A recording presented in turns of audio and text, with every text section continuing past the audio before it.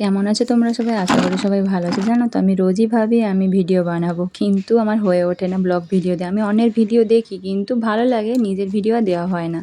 কাজের চাপ আছে, ছেলের পড়া আছে। চলো, তোমরা নিশ্চয়ই দেখে বুঝতে পেরেছো আমি আজকে কী নিয়ে বসে পড়েছি। এটা ঝিনুক। তোমরা কে কী নামে চেনো আমি তো জানি না, আমি ঝিনুকই বলি, সুরতিক বলে আমাদের। আর এই রান্নাটা আমাদের এই দিকে মানে বলতে মানুষ লজ্জা পায় যে আমরা এটা খাই। যদি আমি কাউকে বলি না যে আমি এটা রান্না করেছি, বা এই যে ভিডিওটা যে দেখবে কেউ, দেখলে বলবে এ মা তুই এটা খেয়েছিস, এরকম ঘেন্না করে। কিন্তু সত্যি বলতে এটা কিন্তু খারাপ কিছু নয়। আমিও আগে খাইনি, কারণ আমাদের এদিকে কখনো রান্না হয় না এসব। এগুলো আমার শাশুড়ি মার বাড়ি, যেহেতু হাওড়া জেলাতে, মা এগুলো খেয়ে থাকে ছোটোবেলা থেকে। মা এবার শ্বশুর বাড়িতে এসে বলতে পারেনি যে আমি খাবো বলে, আমায় বলেছিল। আর আমি যখন মানে মামা বাড়ি মানে মায়ের বাবার বাড়িতে গিয়েছিলাম, ওখানে গিয়ে দেখছি ওরা খেয়েছিল। তো আমি মাকে বলছিলাম, মা আমাদের পুকুরেও তো প্রচুর হয়ে আছে। আমি না নিজেই এগুলো তুলেছি পুকুর থেকে, আমার পুকুর থেকে, কিন্তু আমি ভিডিওটা করেছিলাম। ভিডিওটা হয়তো কোনো কারণে ডিলিট হয়ে গেছে, অনেক ভিডিও থাকার জন্য ডিলিট হয়ে গেছে। তো আমি তুলে নিয়ে এসে ধুয়ে রেখেছিলাম, দিয়ে মা বলছিল কাটবে। আমি বললাম না কাটতে হবে না, আমি ফোনে দেখেছি এগুলোকে একটা গরম জল করে তার মধ্যে ছেড়ে দিলে ওগুলো নিজেই হাঁ হয়ে যায়। তবে মা ওগুলোকে বের করে ভালো করে একটু লবণ দিয়ে ধুয়ে নিয়েছিল, যাতে মানে ওর উপর একটা হরহরে ভাব থাকে, ওইটা না থাকে। ধোয়ার পরে একটু হলুদ লবণ দিয়ে, যেমনই মাংস রান্না করি তেমনই, আমি একটু অল্প আলু দিয়েছিলাম যাতে তরকারিটা একটু বেশি হয়। কিন্তু বেশি করাটাই ভুল হয়ে গেছে, কারণ কেউ খেতে পারে না। আমার ছেলে খাবে বলছিল, ও খেতে পারেনি, এতটাই শক্ত।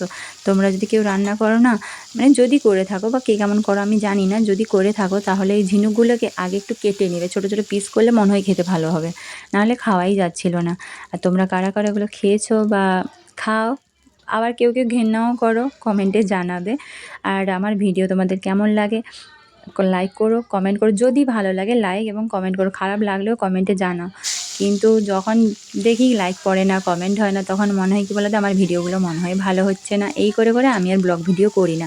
আমি আগে কমেডি ভিডিও করতাম। কমেডি ভিডিও করতে গেলে অনেক ঝামেলা হয়ে যায়, মানে অনেক লোক লাগে, টাইম দরকার, এডিট করার সময় দরকার। আমার হয়ে ওঠে না। আমি যেহেতু পার্লারের কাজে যাই, আমার ছেলে আছে, ওকে পড়াতে হয়, বাড়িতে যেহেতু আমি একাই থাকি, আমার হাজব্যান্ড তো বাড়িতে থাকে না, সব কিছু ম্যানেজ করতে খুব সময় লাগে। সেই জন্য আমি ভিডিওটা পোস্ট করতে পারি না। দেখো আমার রান্না শুরু হয়ে গেছে।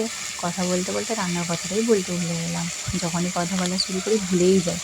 আমি যেমনই মাংস রান্না করি, আগেই বললাম তেমনভাবেই রান্না করে নিচ্ছিলাম। রান্না করার শেষে যখন আমার ছেলেকে প্রথম খেতে দিয়েছিলাম, ও খেতেই পারেনি, ওগুলো খুবই শক্ত যে। কিন্তু আমি ভেবেছিলাম যতটা খারাপ লাগবে, গন্ধ ছাড়বে, কিন্তু সেরকম গন্ধও নেই, মানে অতটা ভালোও লাগেনি, আর আমার অতটা খারাপও লাগেনি। তোমরা কোথা থেকে আমার ভিডিও দেখছো জানাবে। আর এই রান্নাগুলো দেখি ওই কোথা থেকে, আমাদের এইদিকে মনে হয় তমলুক টমলুক পেরোলে তারপরে মানুষ খায়। কিন্তু এই ভিডিওটা যদি আমি এখন ফেসবুকে পোস্ট করতাম না, তাহলে যারা ফ্রেন্ড লিস্টে আছে দেখতে পেয়ে সঙ্গে সঙ্গে বলতো এই মা তুই এটা রান্না করছিস। যেদিনে বাড়িতেও রান্না করছিলাম, যখন অনেকে দেখেছে বলতে তুমি খাবে এগুলো, আমার সবসময় একটা ইয়ে থাকে যে আমি খেয়ে দেখবো, যদি খারাপ হয় তখন আমি আর খাবো না। আমি বললাম না আমার অতটা ভালো লাগেনি, আবার এতটা খারাপও লাগেনি।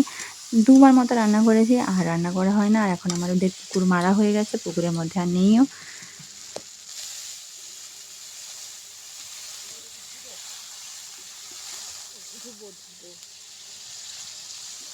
এটা যদি আলু না দিয়ে কষা কষা করে রান্না করতাম তাহলে মনে হয় আর একটু ভালো লাগতো, যেটা আমি দ্বিতীয় দিনে রান্না করেছিলাম। কিন্তু ওই ভিডিওটা আমি আর করিনি।